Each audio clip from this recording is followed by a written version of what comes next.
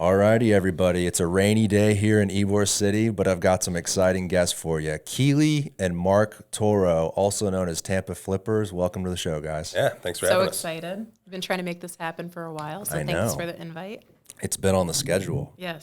So right before we went live, we were talking about an interesting story early on in your career. You were working with a client. They were getting into house flipping, and during that process, someone, you were saying, got their real estate license and listed the home outside of you. It was the next home. So I saved them from making a terrible, well, they had already made a terrible choice. They had bought a house that had some serious issues to it. So it took a lot of extra legwork.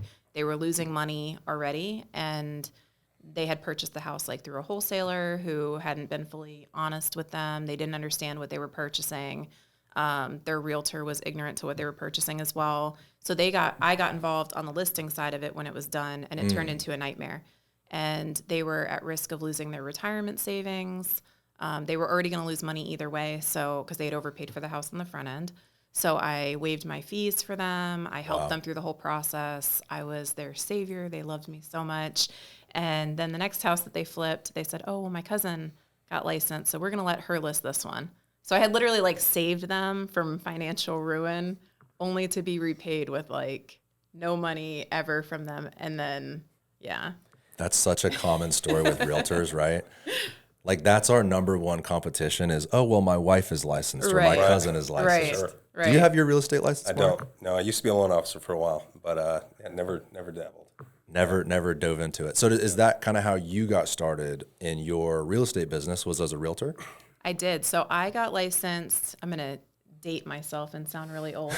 I got licensed in college, which was back in 2005. And I was one of those college girls that, were like all the way at the peak of the housing market at that time. And I was like, I'm going to get rich selling real estate. Everybody's getting rich. And I got licensed, and then the market tanked. But I never got out of it. I really loved it, and I have stayed licensed, been full-time realtor. Here locally? Tampa for 5 years. We were in Spring Hill prior to that. Tampa area. So Tampa Bay. Tampa area. Yeah. Still Tampa Bay. GTAR, I believe. So H-Car, which is Fernando. Okay. That's the boonies. They have their own. They have their whole own MLS. They do not want to be part of the big city. Oh. So yeah. But when you're there and you want a good dinner, you still have to come out here. So you're basically a Tampani. You're basically, you're close enough. Went to USF, Yep. We're Tampanians. That area is actually really, really pretty. The rolling hills with the oak trees. Yeah. I always thought that could be kind of a luxurious, like, second home community It's growing. outside of the city. It's growing. It's getting there. Yeah, for sure. Our parents still live up there, so we're there frequently, and it's they have all the restaurants now. Sure. Yeah. Where'd you go to college? USF. Okay. Yeah, so Where'd you go? USF and then UF. Oh, nice. Yeah. Cool. Fantastic. So you get kind of crushed, right? And you're like, damn, this sucks. Real estate, not the most, loyal profession, I guess. But how did you get into flipping and investing? So Mark and I dated in high school, and then rekindled over a car accident that he was in our early 20s. And so he was doing mortgages at the time. I was licensed, and I also had my notary. So we early on figured out, like, we can create this little bubble around us where we kind of make as much money as we can off one transaction. So he would do the mortgage, I would sell the house. If he was doing refis, I would close the loan. And we pushed through, like, even though the housing market had crashed, we just kept kind of like pivoting our business. And I never got discouraged from that. So I ended up listing foreclosures. I was an REO agent for a few years. And it's very similar to flipping houses. So you have an asset manager that's in a whole nother state. They know nothing about the community, and they're relying on an agent. They're sending you listings, but for that listing, they want you to evaluate the property. You're kind of like boots on the ground, like, what condition is this property in?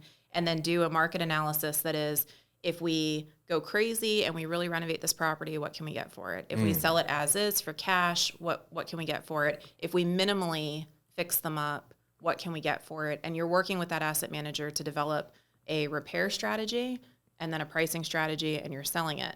And this is back when subprime had crashed. There's no such thing as hard money. There's no private money. Yeah, this is right after the financial crisis, right? So Were you in lending before the crash? I and was, after? yeah. Wow, I so started you rode that early wave straight 05. through. I did, yeah. And you had to pivot, right? So you had to go from. So I started in subprime, and then it turned to what we call Alt A paper. So it's close to A paper, but it's hard to prove income, so you have to do it with bank statements and so on. Then that fell apart, so then I had to go to government financing because there was a multi-year period where the only loans were FHA, VA, right? Right. And then that kind of transitioned back to conventional lending. So yeah, I had to go through the full Oh my gosh, you've spectrum seen of it lending all just then. to survive, right? Yeah. Wow. Yeah. I can't believe you stuck with it. So many people didn't. A lot of people got out of that business. Sure. So I did too, right? I did 5 or so years, and then I became a financial advisor and did that for a few years. And that's actually where we ended up doing our first flip. She was managing assets for Bank of America, Bank of New York Mellon, these huge asset managers. And I was a finance guy, right, an investor. Naturally, the returns in real estate because the leverage is better than the market, right? So we ended up in the same month, I received a pretty big bonus at work.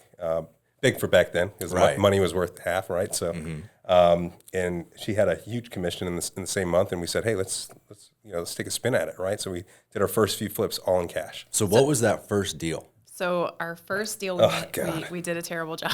Horrible. As most people do with anything their So when first we time. look back on it, It was a bro flip. yeah, when we look back on it, we're like, this is kind of crazy. But when I was doing the REOs and working, I was working closely with investors, and I was seeing them like flip these houses and make money. And obviously everything was cash.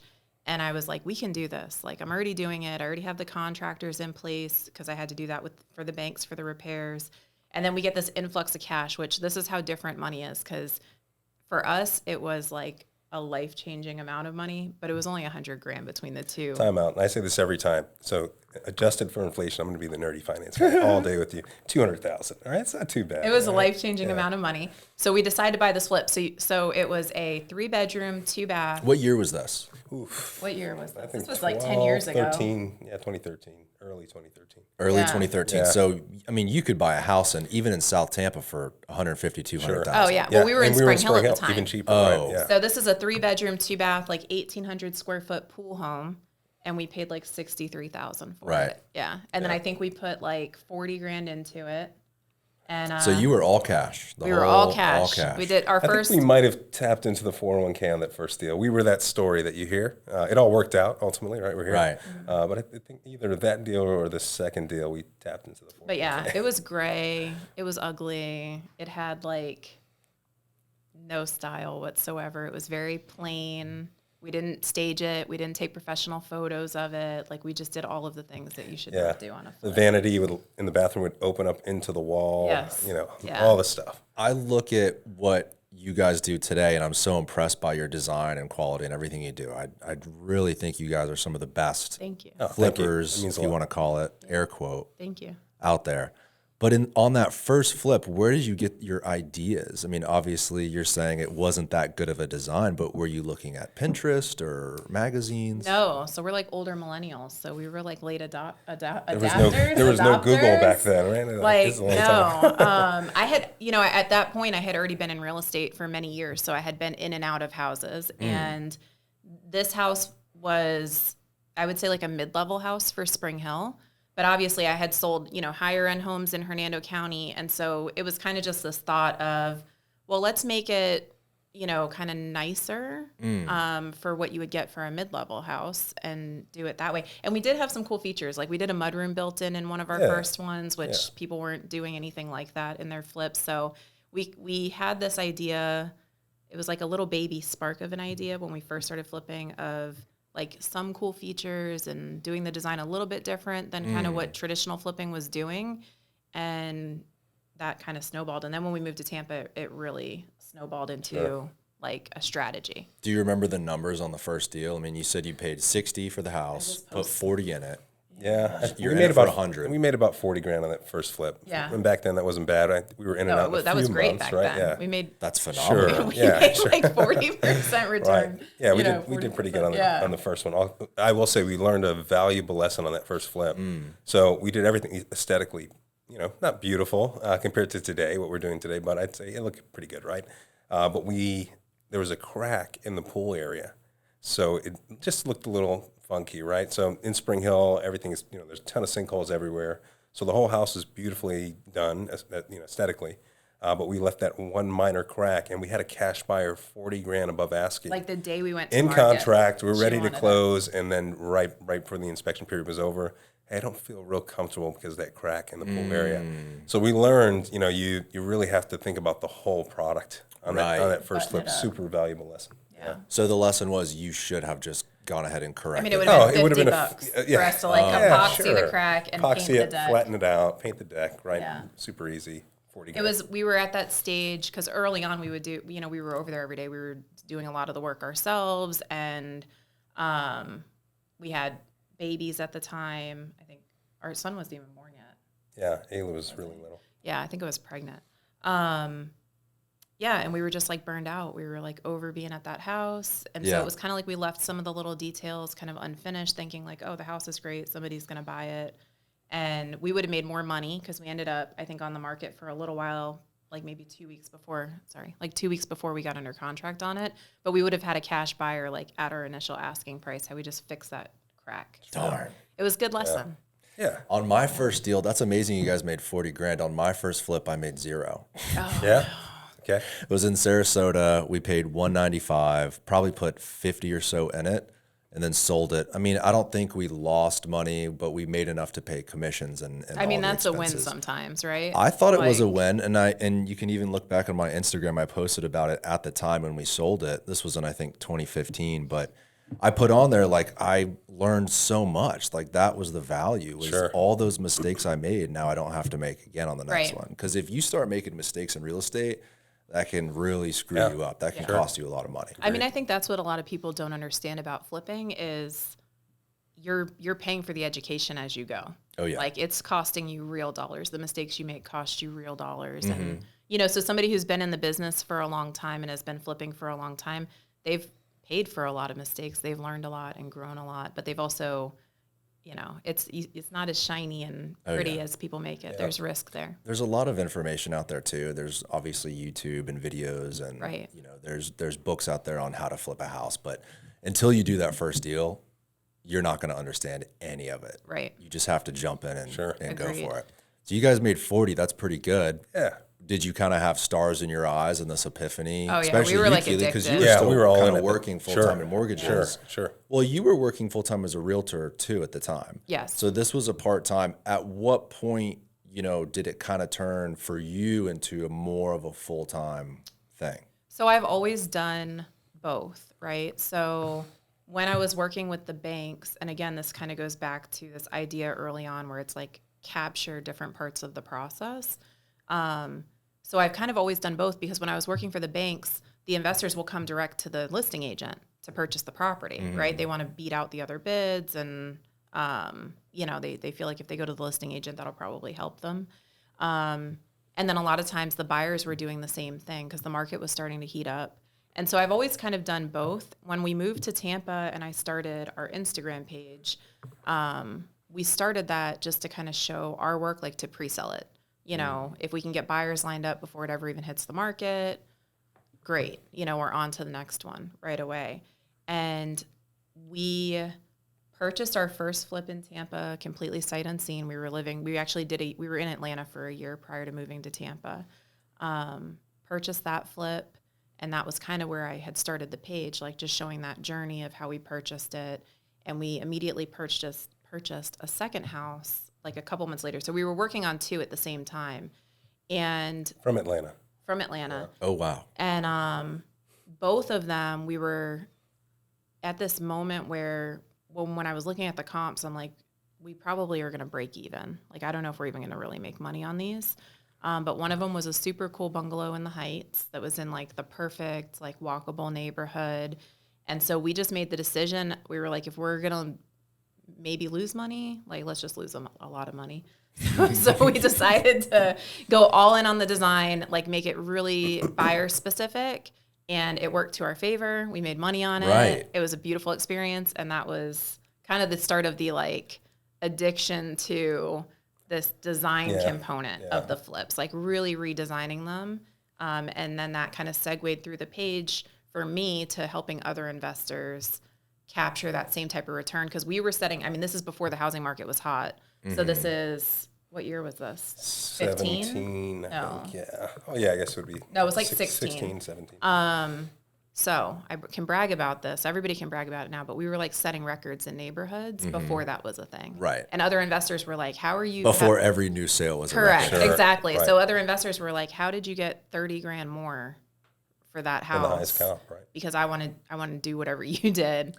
And That's such a big part of investing. When people talk about risk, right? You're putting money up for risk, right? That's what speculation is and house flipping. The better design you have and the more you put into a property, obviously you can over improve something. But the better designed it is, really your risk goes down because you're opening up that house to a bigger buyer pool. Absolutely. So you kind of found that on y'all's own where it was like, let's just go overboard. And it turned out that you got some excited people about it. So excited buyers. So a couple stories there, right? So I think the first lesson was, she went from, just designing, for the sake of having pretty design to designing with the end buyer in mind. Who's the consumer that is going to buy this particular house in this location, right? Who needs a 2-1 far from the river in this beautiful bungalow neighborhood, right? So they probably don't have kids in school. And I think she landed on, the exact persona of who would buy it. And then she designed the house for that person. That's a very smart way to do it. Right. So, and then from there, right, every house as she goes into it, right. So now it's just morphed into a talent. But And is that a lot from you just being a realtor and working with buyers, or are you looking at data, demographics? No, I think a lot of it just stems from the experience of, while we're flipping houses, while I'm working with the banks, while I'm working with investors, I'm also still a full-time real estate agent. And so I'm going through, one buyer might go through 5 houses. We might go through 20 houses.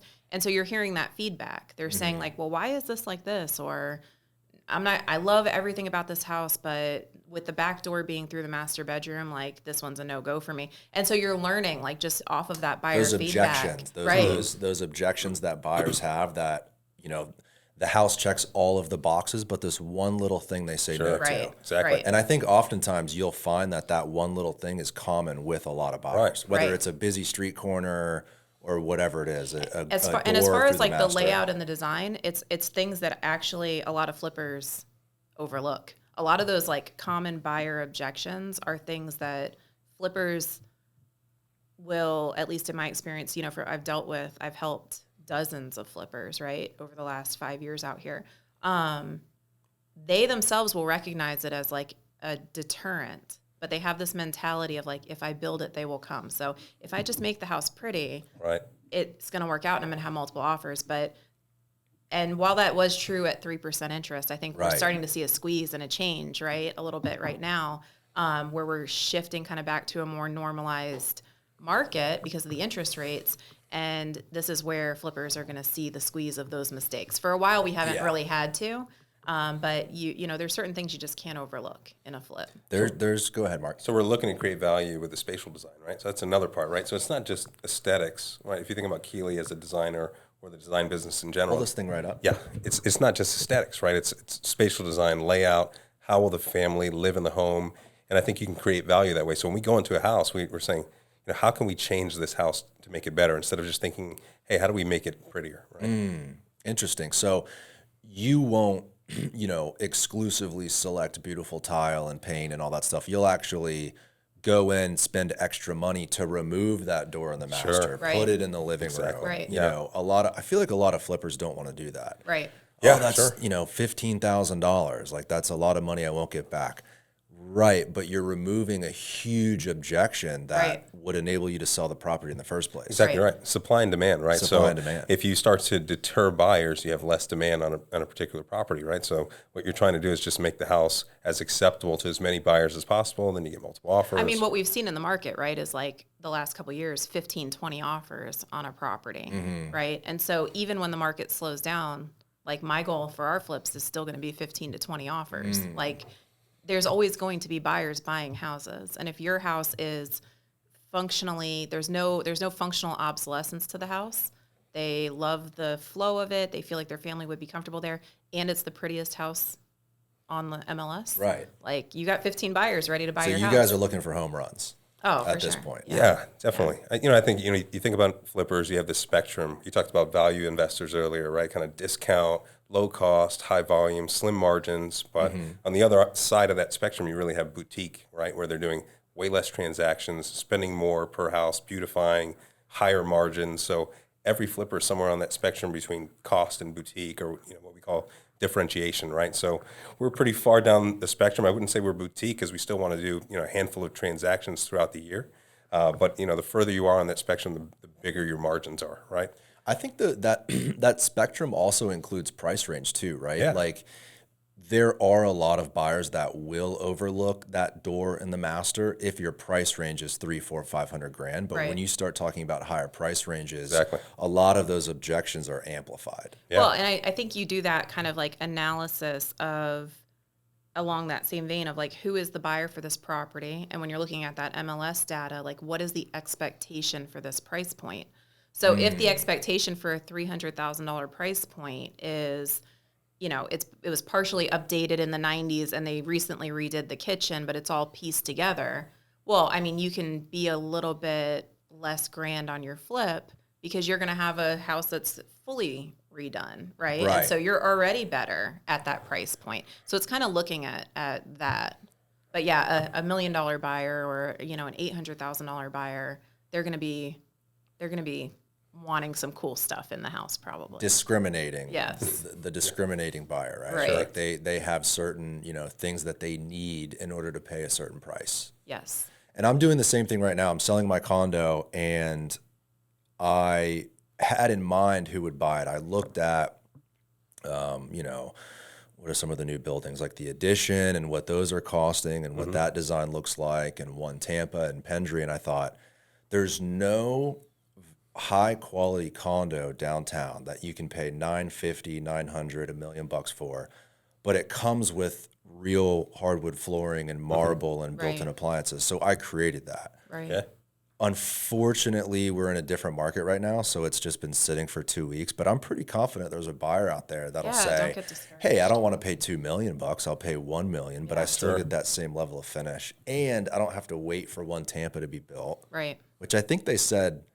What did we just see, Tyler? It was like they said 2026. I forgot the date.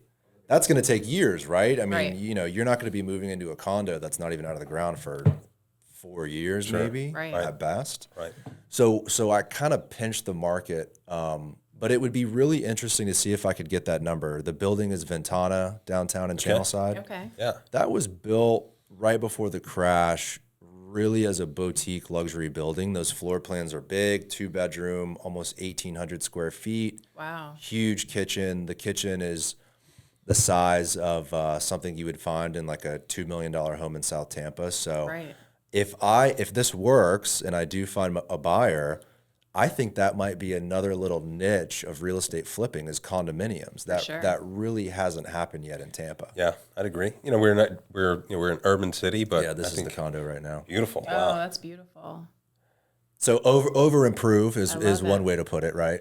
Or That's right on the money. Yeah, that's great. I mean, I think that buyers that are looking at $1 million condos in a downtown lifestyle, like they want over improved. True. Like they want their friends to come over and be like, you have the coolest there's the condo before. in Tampa. Yeah. Oh, wow. oh, this is my Instagram. Duh. I'm like, who put that up on Zillow? What the? There it is. Yeah. So That's great. Yeah. So I went above and beyond with everything, and I think you guys essentially do the same thing, where you don't go to Home Depot and buy the cheapest fan or the light fixture. You're Right. curating a piece for that home for that end user. Right, for sure. So from those first few flips kind of on over the next few years, it sounds like you guys focused on one location, like Seminole Heights, Tampa Heights. Has that been a majority of your flips? Yeah, Hernando County and then Seminole Heights, Tampa Heights has been up to this point kind of the primary focus. We've done some others, like we've done Carrollwood. We're just lazy. Like we don't want to drive that far. Spring Hill's easy because our family is still Right. out there, so we're out there regularly anyway. But I'd say we're focused on the urban core. yeah, Urban Right. core. yeah, we live in South Tampa now. We lived in the Heights for the first 5 years that we lived here. So we just like to kind of keep our projects close so that we can keep a handle on what's going on over there without having to drive 40 minutes to get there. How important is that for you guys? How important is staying on top of those contractors and those subs and making sure you show up and you're letting them know your expectations? Yeah, I think you have to build a partnership, right? I would only go into a project with somebody that you trust, right? And of course, that's take some time, vetting process, maybe have to go through a few transactions. But I think for us, the goal is to be as far away from the property as possible, right? To have trusted partners that, know the product that we want to create, or, staying on top of timelines. That's the goal. So we're willing to take a little bit less margin, right? We're willing to give up a little bit to be good partners with our contractors. They already know. I show up, I'm like, hey, here's the design packet. Here's what I expect out of it. Yep. And it just makes it easy so that we don't, we want to be business owners. We don't want to be flippers that are, having to have stressful conversations. Swinging the hammer yourselves. And we view them as partners and not vendors, right? We did that. And there's a learning curve to it. I tell flippers, especially new flippers all the time, nobody cares about your money more than you do. Not even your most trusted contractor, not even the guy that you're JVing with, right? It's your money and you have to protect that. So for many years, and that's where, a lot of the construction knowledge came from is, we would be on site all the time, all the time, asking questions. If I wanted to do something and the contractor was like, well, we could do that, but it would be, an extra amount of money. And they say, oh, we have to do a beam. And I would want them to explain that to me, open up the wall and show me what you're talking about so that I know what the cost of things are. I know when we walk a property, that we're just kind of looking at to see if we're going to purchase it, what is going to be something that would be crazy expensive to change. But at this point, we're kind of focused on forming really good relationships that are long-term relationships with people. We want everybody to win that works with us. And, we feel like if it's going to be a really lucrative business, then you have to take care of people that take care of you, and we all work together as a team. So totally. Yeah. I feel like that's a very important part of redevelopment. Being there on that job and being the one to make those calls, like you mentioned about, opening up a wall and needing a beam. Right. If you don't understand how that can happen, it's hard for you to explain your vision to that contractor. Sure. Right. Oftentimes, I on my condo project, the first electrician I talked to was hemming and hawing about these built-in appliances. Right. The condo was not built to have built-in appliances. When you have built-in appliances, you have to redo the electricity behind the wall. It's not just as simple as a plug-in, right? So the first electrician is telling me it can't be done. It's going to cost this. It's this negative attitude from a contractor that tells me either he's not willing to make it happen or he's just too lazy to make it happen. Right. Sure. But me, having gone through a few flips in the past, I know it's possible. I just need the excited contractor that says, totally. hey, totally possible. Is it going to cost you more money? Yes, but we can do it. Those are the guys you want the I guys that for. have the can-do attitude and who are also transparent, right? Right. So it's there's different red flags. There's the red flag of the guy saying oh, no, we can't do that. Here's all the excuses of why. Instead of saying yeah, we can make that happen, but here's what that looks like and here's what it's going to cost you. And then you have the other guy who's oh yeah, we can make that happen. And then as they're in it, they're oh, this was more work than we thought. We're going to have to charge you an extra $3,000. You're no, no you already told me that you were going to make it happen. There's probably so many people like that you've met along the way. For sure. Yeah. That's people don't understand. It's such a, oh my gosh, it's like herding cats sometimes with these contractors. You really have to be on top of these people. Yes. You can't just say, hey, I want a new kitchen, I want a new bathroom, and then walk away. Right. Although I guess you can do that. And then you go view those properties and it's very apparent that the developer was not on top of that project. Right? Correct. So I think for us, when we go into any property with a partner or contractor, our lender, they see the entire project before we even buy the house. The full design scope is there with a link to every finished material, product, color of paint that's going into the house, SKU numbers, links to websites. The entire, the internal rate of return is spelled out for the lender. Here's what you're going to get, right? Here's our profit margin. Everything is so buttoned up that everybody takes you so much more seriously, right? And when the contractor knows, okay, I'm going to be a part of this project, and it's going to be this beautiful project and beautiful product, and it's all written out for me, right? I'm not going to have to go back and forth with these investors over and over again. Then you kind of circumvent that, hey, this can't be done. They're just going to say, let me figure out a way to get this done because I want to do more projects with these folks. It builds that expectation. Right, exactly. I think it helps to deter the shady contractors because they're these people they want too much, right? Right. But it also, a lot of the contractors and subcontractors, these people are just really talented individuals. Agreed. Whether it's even drywall. Drywall is something that nobody pays attention to. But if your drywall guy's crappy, it's the most visible thing, right? It's everywhere. So it's like these So people true. are like that are working with their hands are super talented. And I think sometimes we don't, a lot of people don't see them. Like they're just part of this cog on the machine and they're like part of the process. But every person who's on site at the project, if they feel like it's going to be a really cool house, in my experience, they're like excited to be there. The tile guy Totally. is like coming up to me and he's like, I love this tile that you picked. This is going to look really cool. So, I mean, there's also that kind of intrinsic value to Right. picking cool stuff where they've been putting in like plain white subway tile with Yeah. gray grout in 7 different houses, but now they're getting to do this really cool like green tile that they haven't done a green tile before. Like stuff like that just, it gets people excited. So. Yeah, people want to be a part of something exciting. Yeah. Agreed. Yeah. And when they see the design up front, they already know what the house is going to look like at the Really end. smart you guys do that. So you almost build out like a pitch deck for the Yes. lender. For everybody. Yeah. Everybody For who's involved, everybody. every partner in the project, before we get into the project, they can see it spelled out so clearly. And they all want to be a part of it, right? So It yeah. helps for managing the contractors, like especially if you're meeting a new contractor, Mm. just kind of showing them, we'll show them like past projects, we'll show them, that design scope with our plan for changing the layout. People are just visual. That took me a long time because I would go into houses and say, I want to do this, this, and this. And then Mark actually one day was like, you do realize that they're yesing you, but they probably don't really, like, I have a hard time seeing, and I've been involved with all these projects with you, but I even have a hard time following you, like, as you're doing walkthroughs. So I have found that if I, like, have it on paper, and as we're walking it, I can show them. So you guys are creating this yourselves. You don't have like an assistant that's building out. I do the design work for Amazing. us. Yeah. I think it also establishes expectations how to keep the job site. Like, wow, these people are on the ball. They have this deck with color choices, et cetera. Like, I'm not going to leave that Coke can on the counter. Like, I'm going to throw that away. Like, I think that's an important part of It the process. starts the too. relationship off with them feeling like you're professionals, like you're professional flippers. You're not. And then I think that also, yes, it keeps their workers kind of held to a higher standard. The boss that's on the job is a little bit more mindful. The people, I feel like, are just, I don't know, paying better attention to the house itself. Are they securing the house? Like, they just feel like it's a more professional operation. Mark's side of it, he uses, do you care if we say what you use? So I use a software called Rehab Valuator, right? So these are other flippers, developers.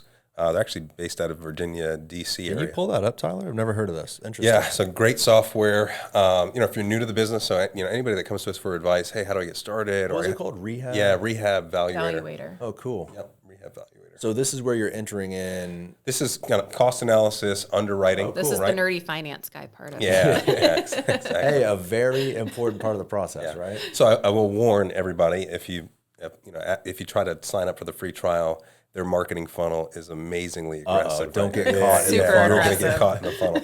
But I think the software's worth it. You pay $50 a month. It's free. I mean, at $50 a month, it's absolutely free.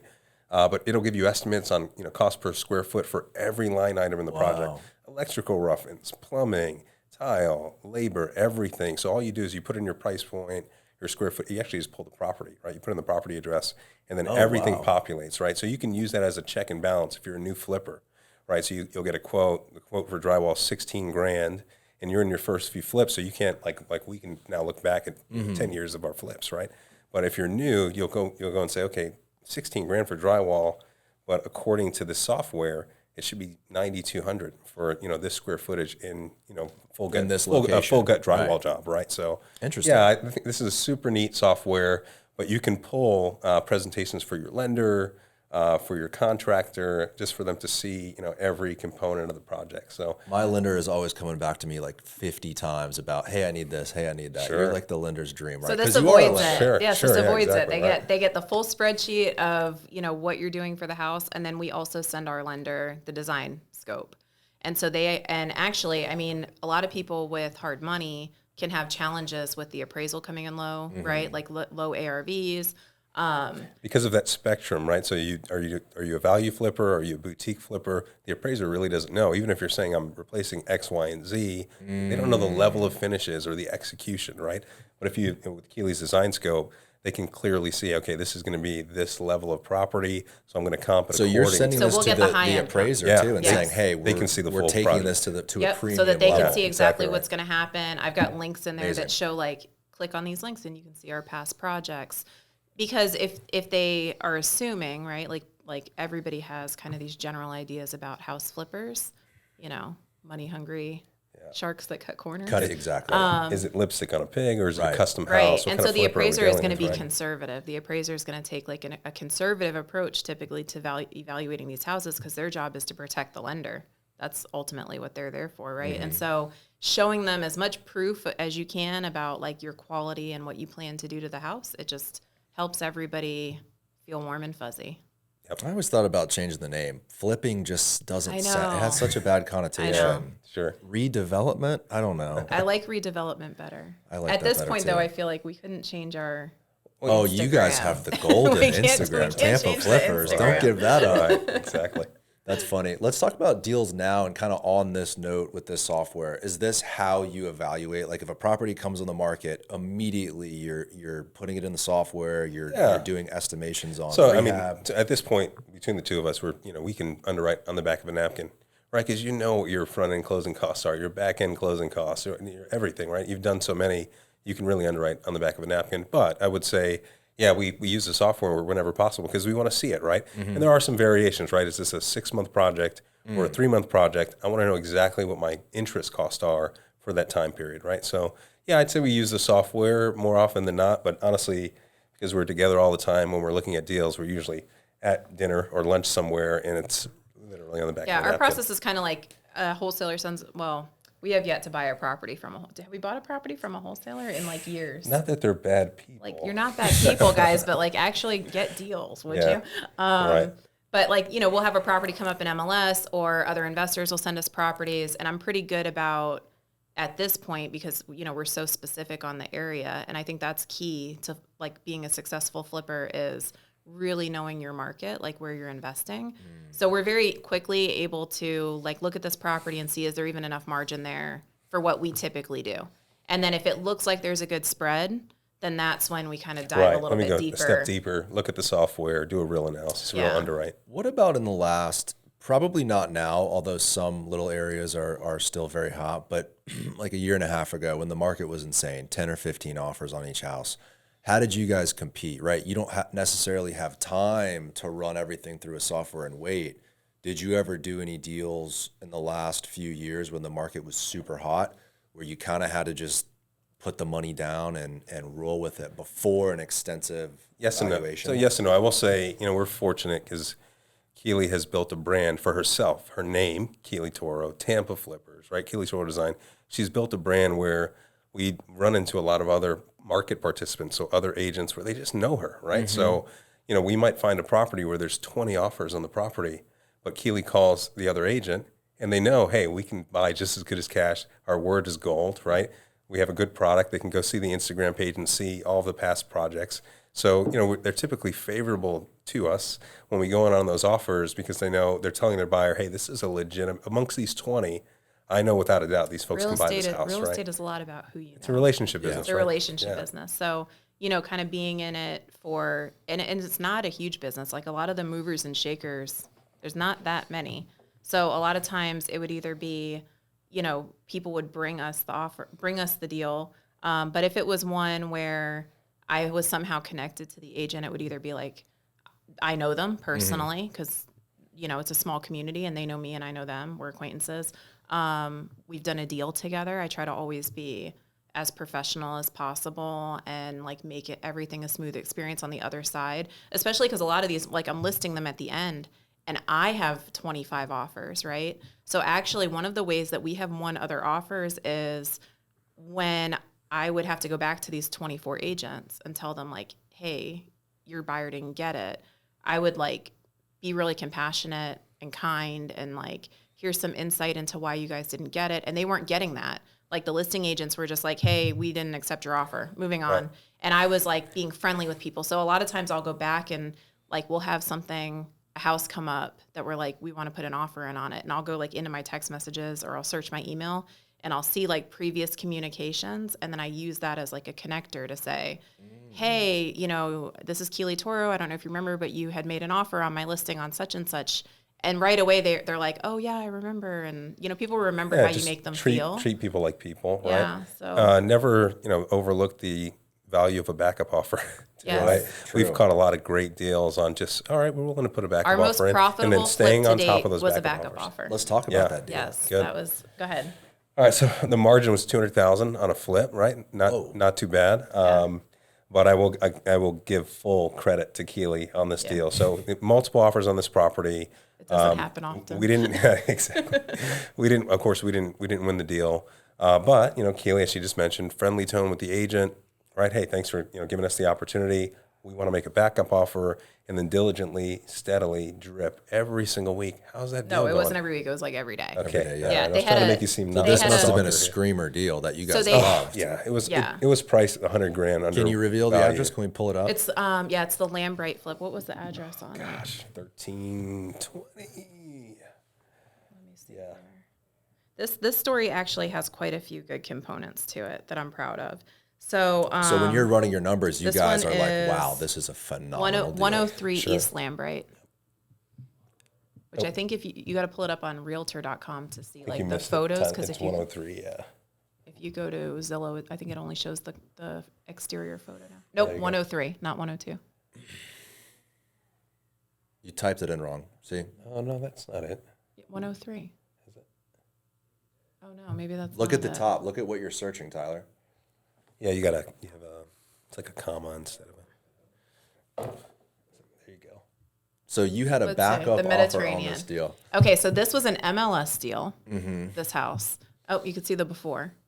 That's Perfect. the before at the bottom. So, and you can see we actually didn't do much to the exterior. So this was an MLS deal. This is like in prime Seminole Heights. It's walkable to a bunch of cool restaurants. It came up in MLS, and they had like 15 offers on it within the first 8 Just hours go back it to was the on picture, the man. market. Just go back and click realtor.com Yeah, if you go to and then just Realtor, leave that up. There we go. there you go. And that has This like is after you've renovated it. this is the after. Yeah. Yeah. So, yeah, it was an MLS deal. They had like 15 offers as soon as it hit the market. You're ruining his audio. Mark. Jeez. Come This is on, like a man. church. You got to silence the phones. Okay, so MLS deal. They had like 15 offers on it in like the first 8 hours. Our offer didn't get accepted, but I always ask questions. So I was like, well, do they have an inspection period? Are they financing? Like, what's going on with it? And yes, they had an inspection period. It was like a 7-day inspection period. So basically, I waited like 2 days, and then I messaged the agent again. I texted her and just said, hey, have they had their inspections yet? And she said, oh, no, it's scheduled for tomorrow. So tomorrow I messaged her and said, hey, how did inspections go today? She said, oh, there's some things that came up. We're trying to work through it. And I was like, well, listen, we don't care what came up in the inspection. We want the house. Like, our price is our price. I know that it wasn't the winning price, but our price is our price, and we want the house. And long story short, the original buyer tried to ask for a price reduction, and the sellers were just like over dealing with them at that point because they had sold them on like, we're investors And they've we're got 14 serious. people behind them. Yep. Right, exactly. And she came back to me and she said, I know you said your price is your price. There's somebody higher than you, but I really feel like, I had sent her my Instagram and said, like, we will get it done. We will buy this house. And she's like, I just feel better about you. And honestly, at this point, the sellers are just over it. They want like somebody who's actually want going a to solid close. deal. Will you come up a little bit? And we were like, yeah, we'll come up a little bit. So yeah, we got the house. Wow. And ended up making a boatload of money. And another part to that story that I think goes back to our philosophy about relationships. So we made the offer on it. And one of my fellow investors that I've worked with for many years, I've helped him with redesigning his projects and listing for him. He messaged me. Young guy, really cool success story. He messaged me and said, hey, did you see that listing on Lambright? I want to make an offer on it. And I was like, I hate to tell you this, but we already made an offer. So like, I can't help you with that. And we were like, well, do you want a JV on it? Because I just felt like, and we didn't need to JV with him. Sure. Like, we totally had our own money to do it and didn't need to JV at all. But it was just one of those things where like, that's just how we roll. I love that. Yeah. Wow. So you shared the wealth with this guy. Yeah, I think relationships over money. I mean, you're in the business, right?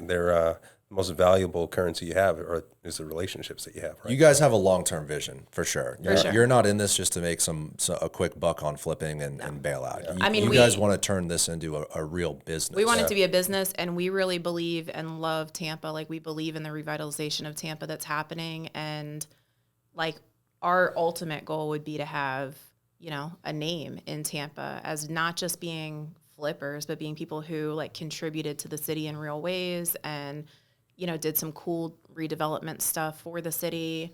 We have other goals too that are housing related. This design forward, we say flipping, but it's really rehabbing a property. Sure. You guys are probably taking off drywall that other you know, flippers wouldn't do. Right. That's why you guys have so many followers, and that's why, I mean, what's Tampa Flippers at now? Like 10K followers or something? We're up to like 17 right now. It's incredible. And 114 on TikTok if you're a TikTok. You guys are on TikTok too? I haven't posted on TikTok though in like probably close to 2 years. TikTok they will shred you. Instagram is like the happy, cozy, like shred cocoon. You like what, the comments? Oh yeah. They're like you, because everybody's like user 19724. They're not like a real human being, and they're like, you guys are gentrifying scum. You're a terrible person, and I'm like so sensitive, like, emotional. That it ruins my week. Like when I see that stuff, I'm like, you don't know my heart. I love TikTok. That's such a crappy argument. People don't understand that. Look, this is our own backyard. It's our city. We're just trying to create a beautiful place for everyone to live. It's not about making money. I mean, I felt like, and they're not on the other side of those stories where, you know, you sell a house, and sometimes we're in communication with the people that we sell houses to, and then we see them build a life there, and they have children, and they're so happy there, right? So it's honestly also like the people that you help when you buy the houses. I mean, one of the houses that this wasn't a personal flip of ours. This was the partner that we JV'd on Lambright with.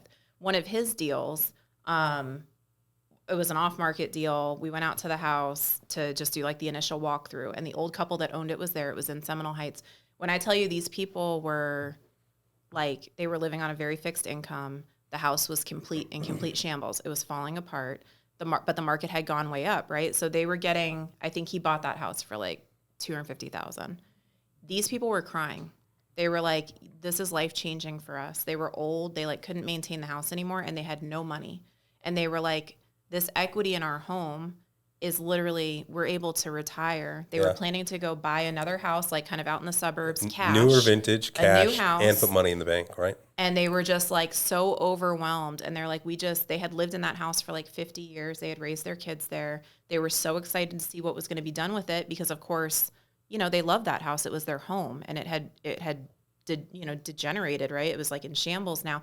There are stories like that where I feel like, you know, flippers, we get like this terrible name as like taking advantage of people. For Mark and I, like, we don't take advantage of anybody. We're honest with people. I mean, we've had people that have brought us deals, and I'm like, hey, and they're like, well, I'm thinking about listing it. I'm like, well, if you want to list it, you'll get more money. Sure. And I mean, most people wouldn't do that, but my goal isn't for anybody to have like regret selling us their home. And everybody that we buy houses from, they're like, they want to come back and see it. They want to come back and walk through it. You know, I just think it just depends on like what your spirit is towards people and, you know, how you are in business as a human being. But I think that all comes back to you. So. You want to have a happy seller, and then the person you sell the home to, you want them to enjoy this beautiful home you've created. Sure. Yeah. To have happiness on both sides would be ideal, right? So is this the same? No, this is y'all's new house. Which house is this, Tyler? No, the new house is on our other page. It's on the design page. Oh, this is just the design page. This is just Tampa Flippers. Tampa Flippers. Yeah. Let's talk about the new build.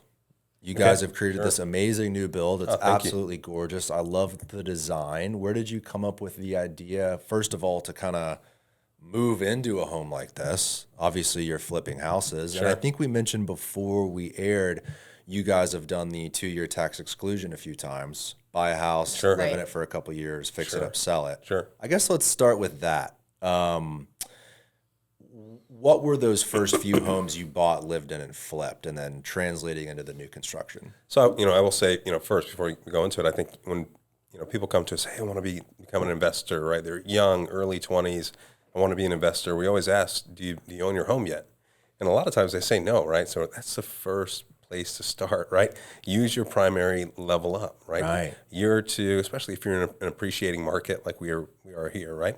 buy that first home and level up. So that's really, really how we started, right? We always viewed our homes as assets, right? Honestly, I wish we would have kept everyone and we just would have kept moving and, Of course, and, right. and just accumulated, because we have a few friends that have done that and they're in a really sweet spot, right? With cash flow and equity. We had no money, so we we didn't were- have that luxury. yeah, we had were- to harvest yeah. the equity. So we've taken the approach, like we bought, our first house was a foreclosure that we bought.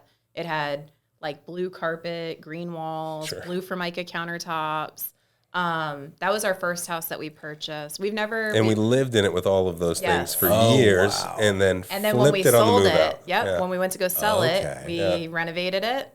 Probably something, is that similar to what you're doing with your condo? The Did you condo live in was a it? little bit of half and half. I think when I moved in, we did like trim, paint, floor. That's it. Okay, that's kind of kitchen. what we did. Yeah. So we did Made like it livable. Yeah, you know? Sure, so we like swapped out the green carpet for hardwood floors. We painted the walls a neutral color, but other than that, we still had like really hideous bathrooms and kitchen. Right. And then when we decided to sell it, we gutted those rooms, redid them. I was like, why didn't we do this when we lived here? Right.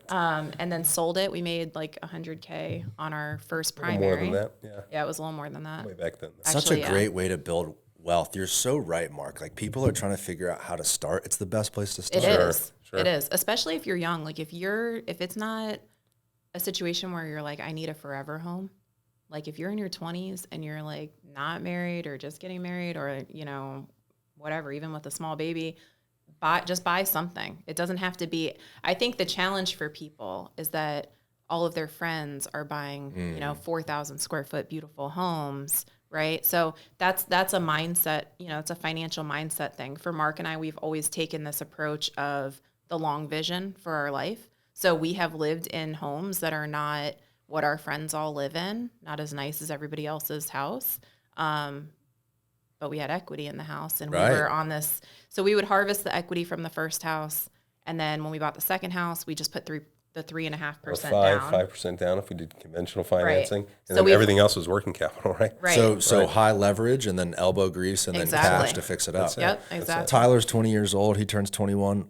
When do you turn 21? Next month? Coming in hot. Do you own a house, Tyler? No, but Tyler, you need to buy a house. I've been talking to Tyler. Like, dude, the first move you need to make is either like the house hack option, which Right. we can talk about Right. too. Love that. You buy a duplex, you live in one side, you Without rent a out doubt. the other. Absolutely. We had a guy on the podcast, Riley Mudd. He's flipped 100 homes over the last couple of years in Jacksonville, Tampa, St. Pete. Super savvy real estate guy. He's only 31 years old. He's my age.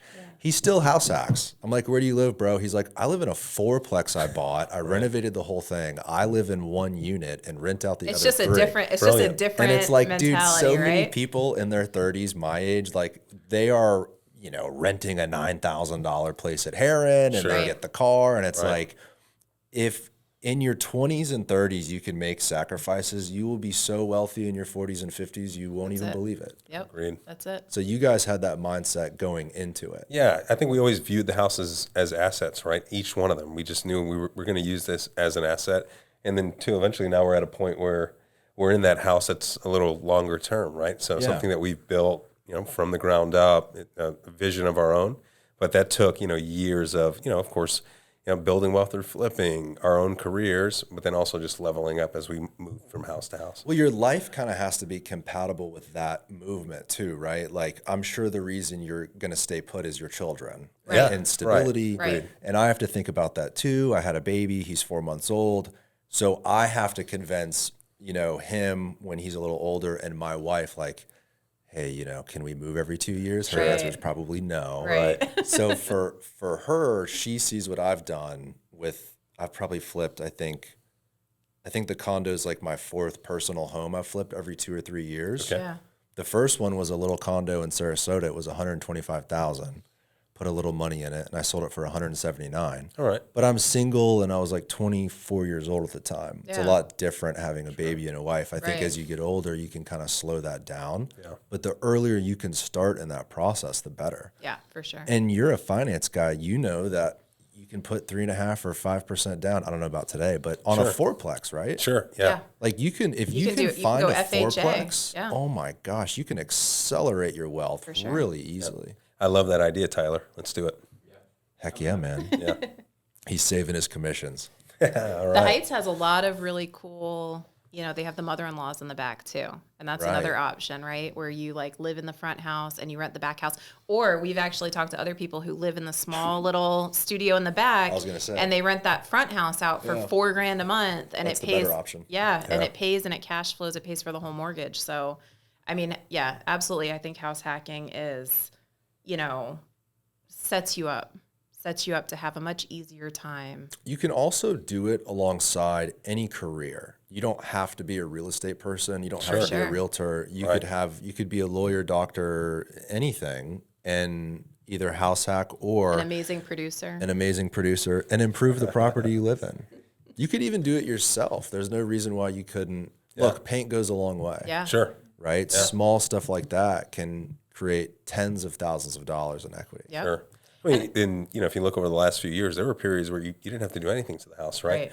The value's just rising all on its own, right? So if That's a good you had point, that too. house hacking strategy, you didn't put a dime into the house, it could be worth, $150K 2 years later or more, right? So That's so true. There's so many people that made a lot of money just because they bought in a great location. Right. And Tampa Timing. kind of blew up over Right. the last Yeah. 5 years, and now they're sitting pretty. Yeah.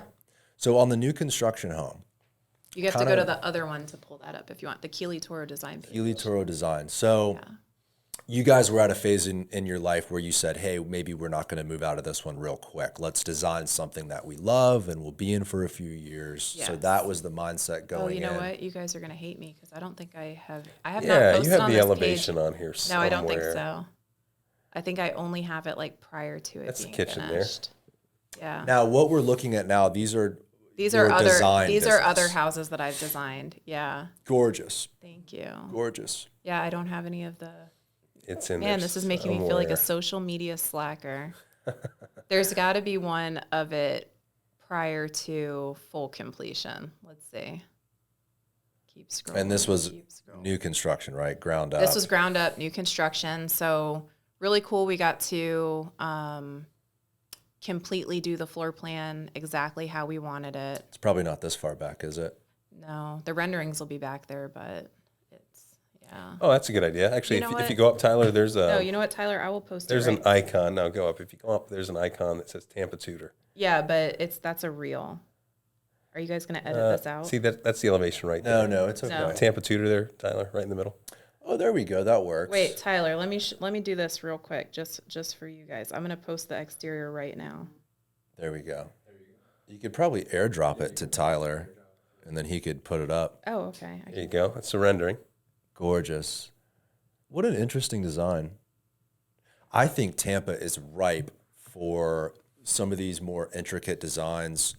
I'm originally from Tampa. I know you guys have been here a while too, but there's really, now there is, but like 5 years ago, there was nothing excitable about residential real estate in Tampa. Agreed. And I think today there's a lot of new, whether it's developers or redevelopers, flippers like you guys, or new home builders that are kind of taking a more design forward approach. And I think it's popular because it really doesn't exist otherwise. I think the market for it is ripe. Sure. And I think it's going to be an extremely lucrative space in real estate going forward, including commercial property, mixed use, like all aspects. Tampa for a long time was not nice at all. Sure. We still have a long way to go. We still have I potholes feel like everywhere. and Florida real estate in general is pretty hideous. it's lacking. But to your point, it's coming around here in the city. Design matters, right? Different elevations. I think this house, the Tudor, our Tudor, the elevation is unique, right? That swoop on the roof, and you see some of that in Carolina, right? The Carolinas, but you don't see it as much here, especially on a larger square footage home, a bigger elevation. You'll see it on Right. the smaller ones, right? Why do you think that it is not really prevalent here in Tampa? That Because you go to Atlanta, like you guys lived in Atlanta for a year. Some of those Yeah. homes are incredibly Amazing. Yeah. craftsman Sure, style, gorgeous. Sure. Yeah, I think it's not traditionally a coastal kind of elevation. I'll let you speak to the design. Here I am rambling about design. That's it. Now we have her. There you go. She's yeah, up. there she is. You know what though? It's not. I wouldn't say it's offensively like northeastern. I still think it fits in our Florida kind of coastal market. Yeah. Sure. Yeah. So our goal with it was the neighborhood that we live in is still, there's a lot of bungalows in there, historic homes in there. So we kind of wanted to do a house, and our style is a lot of kind of traditional, that brick. We fell in love with the real estate in Atlanta. Like the houses are just beautiful in Atlanta. Right. So like that. So we have brick on there. It's kind of hard to tell, but the exterior is done in real brick. It's overgrouted. So it just looks really like old world. We did the arched door. It's a wood door. So we wanted something where people, when they drove by, initially would not really know if it was new construction or if it was like one of the historic homes that was in the neighborhood already. Oh, interesting. And then, but in the back, it's like a total Newport Beach vibe. It's just very, the pool doesn't have a cage on it. It's tropical landscaping back there. So. And what did you find during this process? You know, obviously it's new construction versus, rehab, but what did you find that was different about, you're finding a lot versus looking for the good bones of a house? Like, what were some of those differences? It's a totally different process. Yeah. Like new construction and rehabbing are completely different. And I had been doing new construction design for a while, but I would come in at the point where the client already had building plans in place, right? So the difference with this one really was there was nothing. It was like we picked everything. We picked like the elevation, everything, the dimensions of everything. Where are we placing the setbacks? The layout. Right? The copper downspouts. Right. Yeah. So like a real custom home there's 100 million details that go into a real custom home. It's like a full-time job designing this thing, right? Yeah. Whereas when you're doing, and same thing for spec, like if you're doing development, right? A lot of stuff, you're not doing, maybe as many details as you would in your own personal home, right? But depending on the level. But you guys have always had that mentality where you're always going above and beyond in anything you do. Yeah. Yeah. So, of course, why would it be different on this new construction home? Right. I mean, for our house specifically, we had this goal because, again, we had been moving, every couple of years. Our daughter's going into 6th grade this year. And so we had been living up in Seminole Heights, which we loved our neighbors, we loved our neighborhood, loved our house. But, we wanted to be somewhere where it had like better school zones and just kind of thinking more, for having a family, right? Mm-hmm. And so we ended up moving to South Tampa. And what neighborhood is this? This is in Gray Gables. Okay. Yeah, so it's kind of like Kennedy and Himes area. The most central neighborhood in the whole city. Yeah, it's a cool neighborhood. Really, it's a nice pocket. A mile to everywhere. And it's so neat because there's only 2 streets. Well, there's 4 streets, but there's like 2 big streets and 2 little streets, but there's medians. So there's no through traffic. So it's literally like a quintessential Americana, like kids out riding their bikes and no traffic. You feel like you're in the suburbs, but from our bedroom, we can see like News 13 spike, mid-rise commercial building. Yeah, so it's just a cool spot. It's really awesome. And I love the design. You kind of have a porte-cochere with I'm assuming, garage in the back. You can't see it from the photo. There's a detached garage back there. And Mark what made you go with that design versus your traditional box with the garage underneath? Yeah, so some of it was forced placed, but I think Keeley really, a lot of the inspiration that she like drew the setbacks from in the garage. Like because of the overlays and stuff specific to this lot, like we couldn't have an attached garage. It had to be detached. There were certain regulations for the lot. Yeah, so there was one house prior. See, there's a new build right there to the right. There was one house covering basically both lots. Right. That house was knocked down, and then, of course, they went through zoning. So now there's 2 lots. So because the house next door had a front-facing garage. Ours was not allowed. We had to have it detached. Oh, I didn't know that was a rule. Is that a Gray Gables specific rule? No, that was something to do with the city. That was like a city requirement. And it didn't have to do with different setbacks because our lot is actually 5 feet wider than their lot. So weird. Yeah, it was some sort of rule where I don't know, honestly. Maybe I'm not upset with it, right? I really like the way it turned out, having the garage in the back, Yeah. and it just again, the like for us, really something neat tells looking, me y'all would have. We would have done it anyway, Yeah, right? I think Because for so. us, our goal was for it to look like a historic home, and for people to question whether it had been there all along. Like we really wanted to. We've been renovating bungalows for a really long time. I love historic homes. We fell in love with that Atlanta real estate. There's a lot of Tudors up there. And so we wanted to just like kind of honor like historic Tampa, but we also didn't want a bungalow. So this was just I don't know. I love it. We wanted something different. Yeah, we're proud of it. We like to march to our It was a drum. labor of love, yeah, for sure. It's really nice. Thank you. Really nice. There was a Tudor for sale right off Idlewild. It was on the water. It was listed for $1.3 million. Yeah. Do you know what I'm talking about? Yeah. It was like an old one though. An old one Yeah. from the 1920s, an original Tudor. Amazing. Really cool. I went and saw it and I thought, that's my next 2-year flip, Right. you know? Yeah. But the house needed a lot of work. Yeah. You know, 100-year-old home, it's got a lot of I mean, I will say, termites yeah, or- there's something different about living in new construction. You're like, Right. nothing is weird. Like everything is I'm sure that's an working exciting right, feeling, you know? right? Yeah. I think sure. we're definitely inspired being in the house. And then the backyard you mentioned was like a totally badass vibe, right? Yeah, we wanted, so I'm a total homebody. I would rather be home than anywhere else. And I think it was on your Instagram, the backyard. There was a picture. There's a lot of my stories are typically, I'm out there all in your the time. backyard. Okay, well, you obviously enjoy it very much. I think it was on. It's on the other one, yeah. the other page. But our goal is my goal specifically was basically to create like a resort vibe for the house, like something that we would just feel like happy. We don't ever want to leave here. Oh, it's just a cover photo, guys. I'm disappointing you. Yep, that's it. Oh, this is us talking to our daughter about. So you guys even investing. did brick in the back too. Yeah. Yes. Yeah. Because So a lot of, that's another cost cut, right? Like, oh, only do the front facade Right. and then. What's Yeah. neat about this home, and I think what we'll do in future homes that we develop, it has a indoor-outdoor living. So the entire living room has an accordion glass door, right? So the entire house is open to an accordion glass door, and the outside is designed to feel like the inside, right? So Beautiful. kind of neat, right? And that's why she mentions it feels like a resort, right? Because everything feels like it flows all the way through. Well, and that's turf also, which is kind of neat. It's not dirty at all back there. It's Oh, I really bet cool. that's so nice. No maintenance. That's kind of we Yeah. were talking earlier about like what a buyer is looking for and then building for that buyer's needs. How do you guys, I mean, what you've done with the backyard, right? That's the Florida lifestyle. People Right. want that indoor, outdoor living space. They want the pool, they want an outdoor kitchen. You guys didn't go with a pool cage. That's kind of I think there's a shift happening right now where people don't want that pool cage. Sure. Why did you guys make that decision? So I will say if you have real grass in the backyard, you probably need the pool cage, right? Because of the bugs. Right. Right. So, deciding to put turf back in there made that possible.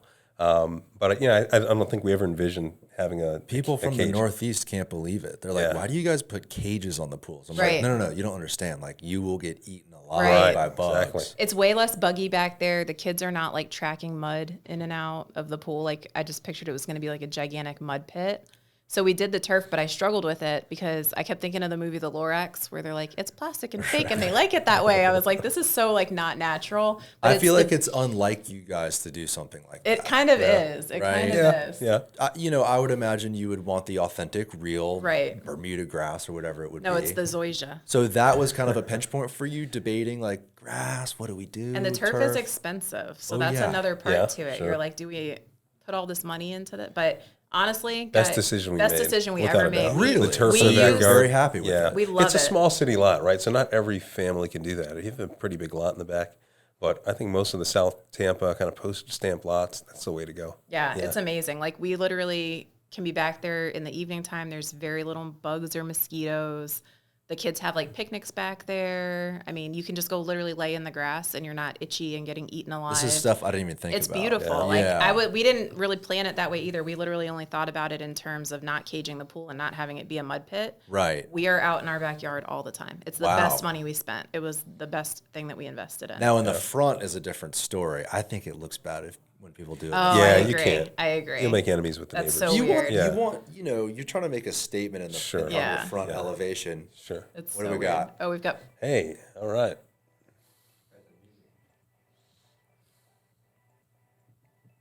Volume.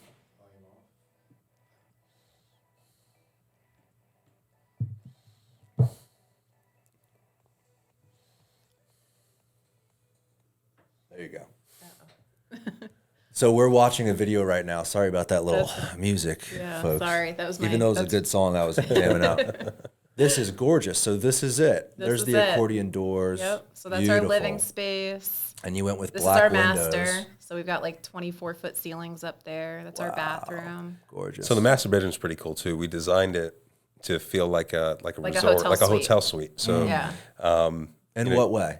So it has a built-in, as you would see in a hotel suite, With cabinetry refrigerator. with a fridge. Yeah, we've got It's the got balcony. massive, Yeah, mini that bar, was the exactly. balcony. Balcony that overlooks with the a pool. large pergola. So we have couch seating out on the balcony. Just all of it. It feels like a suite, like a hotel suite. It's pretty Yeah, neat. we just want to feel like we're on vacation in Florida. Very all the custom too. I'm kind of noticing the cabinets y'all chose. Like it looks like each bathroom is different. Sure. Right. Different Yeah. design, So different we style. had all of our vanities and I'm going to give a little shout out. All of our vanities and our kitchen island were done by a local craftsman. Their name on Instagram is Rowan and Weish. Beautiful work. So like I designed every detail of every vanity in the house, and he custom One man made them. show. It's his custom business. He cabinetry, designs true every inch. custom. Yeah. Him and his wife run their business. It's like a mom and pop cabinet maker, and carpenter, and he just does like really, really amazing, beautiful, high quality work. So he did all of that for us. No box cabinets, right? Right. Ooh, I love the blue. The blue. That's my Yeah. son. He's a trader. He's a Yankees fan. Yeah. Is it true? Yankee blue. I love that. Interesting. Very cool. So you did, looks like built-ins all throughout the home, not just in the master. Yeah. Guest Every bedrooms. room has a The touch kids, of it. the right? kids have their own desks. This is the guest bedroom, so that one doesn't have a built-in. But the kids' bedrooms, they each have their own built-in desk, and then our room has the cabinetry for snacks and a refrigerator. Love it. So the plan, in a few years, whenever you guys are ready, sell it, build another one, right? So, this one we caught at 3%, so I don't think we're ever letting I know. What is it called? They're calling it the golden handcuffs right now. Wow. I just read an article about Right? that. Yeah. That's where we're gonna be at. We'll keep this one forever. Yeah. Amazing. We maybe we'll rent it out one day. Yeah. And if we decide to build. I'm looking at this home thinking about 3%, and it's like, it almost doesn't even seem real. That's amazing. Yeah. You got it at 3%. What great timing. Thread of Yes. the needle right there, Yes. right? And on a house like this with these numbers, it would make it almost not even make sense at 7%. It's Right. like, Yeah, it would be difficult for it's just a different buyer, right? what are you guys seeing in the market right now with these increased costs, especially for your business in terms of flipping? Rising debt costs. We had that property tax increase that just got shot down. Thank God. Yeah, right? that was a little nerve-wracking. It's kind of nerve-wracking for real. What are you guys seeing in your personal business? Are you guys slowing down? What's Yeah. happening? So on the lending side, we're fortunate. We have a great lender partner, and our pricing is pretty similar to what it was, prior to rising rates. So, it's not consistent for everybody, but we're in that fortunate position. So that helps us with underwriting.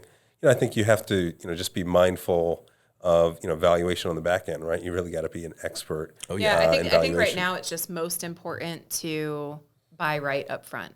I think for a long time, flippers have been like banking on they'll buy something that like, maybe I'll make money, maybe I'll break even, but they're like banking on that equity that the property is going to increase over the next 6 months, and there's going to be buyers that are willing to pay gap and all of these other things, and that has definitely shifted, right? Like buyers have more to choose from. There's just less buyers out at 7% than there is at 3%. So, they're able to be more picky and discerning about not only just the condition and quality of the property, but I think the sentiment, because real estate is such an it's emotionally charged, right? So buyers they already feel like they're overpaying. Because Right. all of their friends and family have 3% interest rates and they have a 7%. So right off the bat, they feel like they're overpaying to be homeowners. And so where does that leave them when they go to make offers? They're not offering above asking. They're not willing to pay gap, right? If they're the only offer because the house has been on the market for 2 weeks, they've got some leverage for the first time in a Right. really long time. So I think right now we're just being more conscious of making sure that what we're buying, we're going to be able to make money with a conservative ARV. So if we make more, great. Yeah, so I think buying right is important, right? So now you need to commit more to your ratio, right? So I only bought, my total acquisition is 80% of ARV, right? So you're committing to that philosophy, and then also with your ARV, if you're on our end of the spectrum and you feel like you create value, design-driven value, and you can go above the market price point, you could forecast. So let's say the comps say 600, but your product is a 650 product. A couple years back you could forecast that way, but I think now you really have to use the data. Almost any flipper, right? Even if you're design driven, value add, you really need to say, okay, I'm going to commit to the data. What does the data say as far as comparables? And let me use that instead of my aspiration price. If I get more, all the better. But I'm going to underwrite and only go into the deal. And that makes it hard because Right. then you feel like you have to, you don't want to ever walk away from something. I feel like, when you're flipping, you're like, you want to acquire as many houses as you can, that come across your way that seem like they're a good deal. But we just had this with the one, we're closing on one next Friday. That's going to be our first $1 million flip. And the lady called us she found us on Google. Like they just Googled like Tampa House Flippers and got us. And, but she had other investors interested. And so we made her an offer, and she had a higher offer. Again, the power of follow-up. She had a higher offer than ours. And so obviously I was like, well, we can offer more. And Mark was like, no, this is like the number. We need to be at this number to make sure that we're okay. And so I just was like, hey, we can't go any higher. But I was upset. I'm like, we're going to lose this house, and I really want to do this house. And I just consistently followed up with her, and same thing. The other investor showed up at her house. He told her all the things that were wrong with the house and bullied her and made her feel like really bad. Yeah, she called me and was just like, I've never taken that approach. I know some people do. They either give the seller the price they want, have inspections, and then try to retrade and cut people down. Right. Sure. I've always gone into it extremely excited. I'm the buyer for the house. Yes. I can't wait to buy the house. I love this house. It's Yep. got problems, but I know what to do with it. I think that's super important. I agree. So and that was we make that promise, right, to our sellers. Hey, we're not going to renegotiate. We're strict on our price, and this may not be the price for you. But we're being honest. But hey, We're being we're not going to upfront. renegotiate. We know Right. we know what it costs us to do the level of renovation that we want to do for your home, because this is what we do. So we want to be honest with you. This is our price, but we won't renegotiate with you. We won't bully you. Then they go through those phases of those other buyers who maybe offer a little more, and they walk the property, and then they go through that renegotiation process, and then they it's Achilles' here's point, the they other come thing. back. Like when I have that initial conversation, I'm also educating. So I'm saying like, hey, you have a great house and you're offering it at a great price. So I'm sure you're going to have lots of interest. And here's the different types of people that are going to express interest in your home. You're going to have wholesalers that are not end buyers. These guys can't buy your house because they don't have the money to do it, for most of them, right? And they're going to present you with an assignable contract that releases them from liability. And they're also going to have in there built in some sort of a fee because they're going to try to sell your house to another investor. And if they can't sell your house to another investor, then they're going to back out. And you're going to have nothing, right? Because they've got a 25-day inspection period also in there. So just be prepared for that, and that might be worth the risk to you. If the wholesaler's offering you $50,000 more and you want to let him do the legwork to find you a buyer that's willing to pay that much money more, you come out of it with $50,000. But if your goal is to sell this house quickly to an end buyer, that would be us. We're here. We're serious. We aren't going to come through and tear your house apart because we're making an offer assuming that it needs to be fully gutted because we only buy houses that we're really fully going to gut, right? Sure. And so, them knowing that and then the people showing up. And the other thing I'll say is like people will make you an offer, but then they'll come through and they'll try to renegotiate. And then the other buyer came through and did exactly Seems like that. it's a standard in our business. Sure. now. Right. And it's so funny, the golden rule, right? It's so simple. We all know it, but if you use it, it pays off over time for sure. 100%. I mean, I definitely think we probably don't get all of the deals that we could get. Like there's definitely there's definitely a sacrifice to doing business that way, but I think that's why you guys are going to have longevity in this business, is because you're not going to be cutting corners, not only in your design, but like buying bad deals, right. Yeah. paying extra for deals you shouldn't pay. And it's so nice you guys have each other, because it sounds like, Keeley, you're more obviously design oriented. You get very excited about a home. Let's pay this for Right. it. And then Mark is like, hold on, here's the numbers. Right. You guys compliment each other in an awesome way. For sure. We've been rolling, I don't know, what are we at? Like an hour and a half? I don't want to keep you guys all day. Let's just quickly talk about the future real quick. Sure. First $1 million flip, is it $1 million acquisition? Or No. you're saying $1 million ARV. $1 million ARV? yeah. Well, congratulations. Is Thank your you. goal to do more of the high end stuff, more higher price point?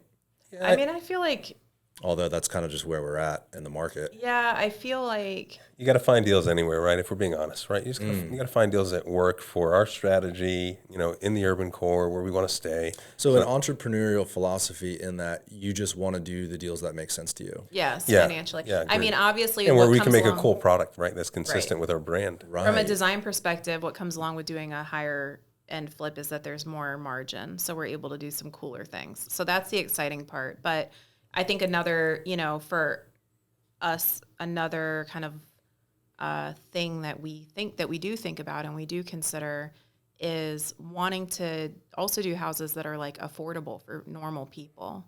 So, we, housing for my family, it changed our life. My parents were homeless when they met each other, and they had no credit. They had my parents both worked hard, but we were poor.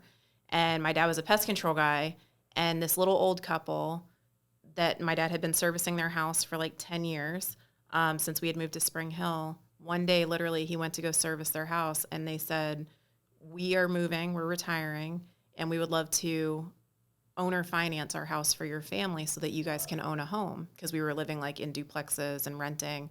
And it changed my family's life. And so one of the things that we are passionate about, and that also is a long-term goal, there's balance to it, right? We want to develop big, beautiful multifamily houses, and we want to be financially successful. But we also do want to find ways in this near future of how do we get back to affordable housing? How do we? So there's an equal passion there for I want to do the $1 million houses, but I also want to do cool smaller houses that real people can afford and that they enjoy, and they love to be around. Yeah, that's just a beautiful space for them. Yeah. And I think that you guys do that perfectly well. And you kind of said it, Mark, where it's you guys might do a project that you don't have to do, but it's not about making the money. It's just about kind of executing this vision that complements the style you guys have been doing for the past few years. Right. So we're fortunate, right? So all of the entire business, they all work together, right? Kind of synergistically, right? So I think we'll always do flips, right? Where, to your point, where we can make a really cool product. We like just being a part of that community, right? Being in touch with other investors. And the process is just cool. Yeah, I mean, there is something really cool about taking this rundown, dumpy, terrible house and then going into it when it's staged and it's redesigned, and you're from where it started, it's pretty. Get a lot of amazing. satisfaction from that. It's so far removed from a job and what people think work is. Sure. Right. I mean, there's a passion. I know we all share that passion. I know Tyler does too. And that part of real estate is so fun and exciting. It does not feel like work. No, Yeah. it doesn't. I would do this for it free. is right. Wouldn't you? It is stressful, and there are work days, but at the end of the day, it doesn't feel like work because you're excited about it and you're passionate about it, which I think is why things like the Tampa Flippers Instagram, right? It's also a vision that a lot of people share. There's so many. We get DMs all the time from people that are aspiring investors. We just spoke at an investor meeting last month. We're speaking at another one this month, and the room gets packed because when they know that there's a panel of flippers up there talking, they're they want that. They want to figure out, how do I do that, right? It's just, there's something about it. They've been watching it on TV. They follow these different Instagrams and TikToks, and they want to try that on their own. So it's, I find that it's a really common life goal for people. And a lot of people do it once and they're did that, never doing it again. That's true. Some people get burnt. Sure. Yes. Sure. So are you guys leaning more into the podcasting, speaking at investor meetups? I saw you're doing a book club of sorts, which I think is awesome for self-development. Yeah, thanks. Yeah, we're just trying to be more of a presence, right? It's I've been working in a career for years now, and we've made this transition where we're focusing only on the business and building the business. So we just want to get out and tell our story, and That's so exciting. So I know we talked about that kind of prior to going live, but our goal for our family since we purchased that first house has always been, Mark came from the mortgage industry, which is sales, right? Your output dictates your income.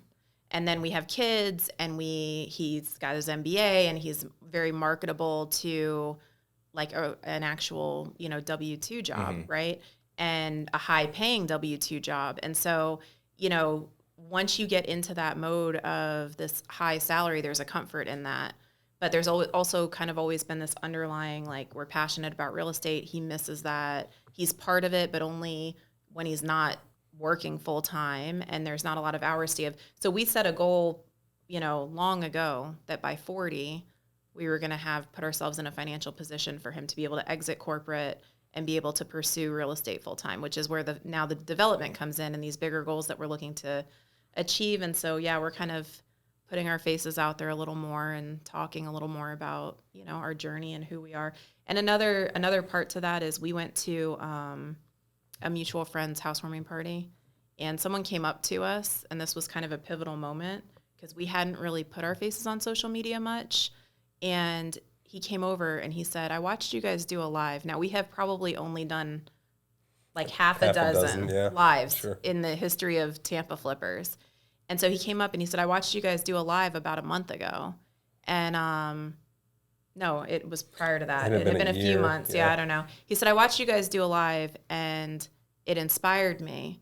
And my wife and I bought our first flip. We redid it. We made money. And he shared his story. And his story was, I'm going to cry because it was, he grew up in like abject poverty with addiction and addiction family, and right, alcoholism and all of these things. And what he talked about was how isolating that is and how those limiting beliefs like affect you. And they have small kids, like similar, like a baby and a toddler.